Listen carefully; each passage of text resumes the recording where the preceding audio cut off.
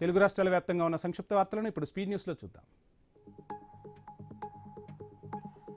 తిరుమల ఘాట్ రోడ్లో ప్రమాదం చోటు చేసుకుంది. మొదటి ఘాట్ రోడ్ 24వ మలుపు వద్ద పిట్టగోడను జీపు ఢీకొట్టింది. ఈ ప్రమాదంలో పలువురు భక్తులకు తీవ్ర గాయాలు కావడంతో వారిని ఆసుపత్రికి తరలించి చికిత్స అందిస్తున్నారు.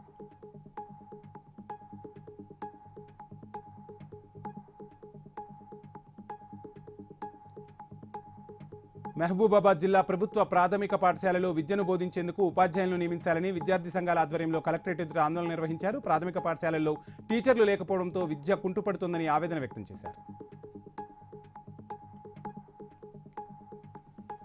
పరమేశ్వరుని పాదాల చెంత సేవ చేయడం అంటే ఎంతో మహాభాగ్యమని ఎమ్మెల్యే పులపర్తి రామాంజనేయులు అన్నారు. పంచరామ క్షేత్రంలో ఒకటైన భీమవరం శ్రీ సోమేశ్వర జనార్దన స్వామి దేవస్థాన నూతన పాలకవర్గ సభ్యుల చేత ఎమ్మెల్యే ప్రమాణ స్వీకారం చేయించారు.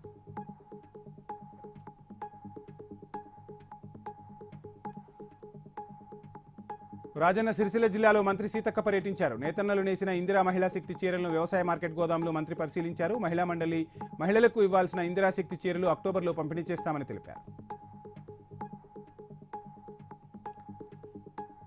మహబూబాబాద్ ఎమ్మెల్యే క్యాంపు కార్యాలయంలో యూత్ కాంగ్రెస్ ఆధ్వర్యంలో ఎమ్మెల్యే మురళీనాయక్ జన్మదిన వేడుకలు ఘనంగా నిర్వహించారు. పార్టీ శ్రేణులు కేక్ కట్ చేసి రక్తదాన శిబిరం నిర్వహించి అన్నదాన కార్యక్రమాలు ఘనంగా నిర్వహించారు.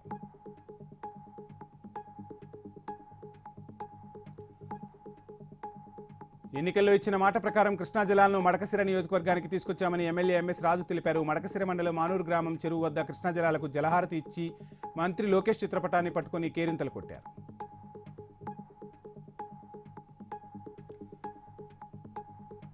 బీఆర్ఎస్ బాకీ కార్డుకు కౌంటర్గా కాంగ్రెస్ డోకా కార్డు తీసుకొచ్చారు ఆ పార్టీ నాయకులు. వరంగల్ నుంచి బీఆర్ఎస్ కు గట్టి కౌంటర్ ఇచ్చారు ఎంపీ కడియం కావ్య, ఎమ్మెల్యేలు నాయని రాజేందర్ రెడ్డి, కేఆర్ నాగరాజు.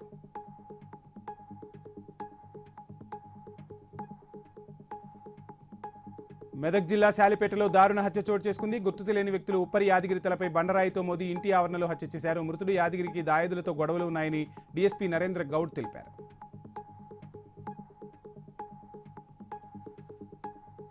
తెలంగాణ గ్రామ పంచాయతీ ఎంప్లాయీస్ అసోసియేషన్ ఆధ్వర్యంలో హైదరాబాద్ సచివాలయం ముందు ప్లకార్డులతో ప్రదర్శన చేశారు. బీసీలకు 42% రిజర్వేషన్ కల్పించినందుకు స్థానిక సంస్థల ఎన్నికల్లో కాంగ్రెస్ అభ్యర్థులను గెలిపిస్తామని రాష్ట్ర అధ్యక్షుడు శ్రీకాంత్ తెలిపారు.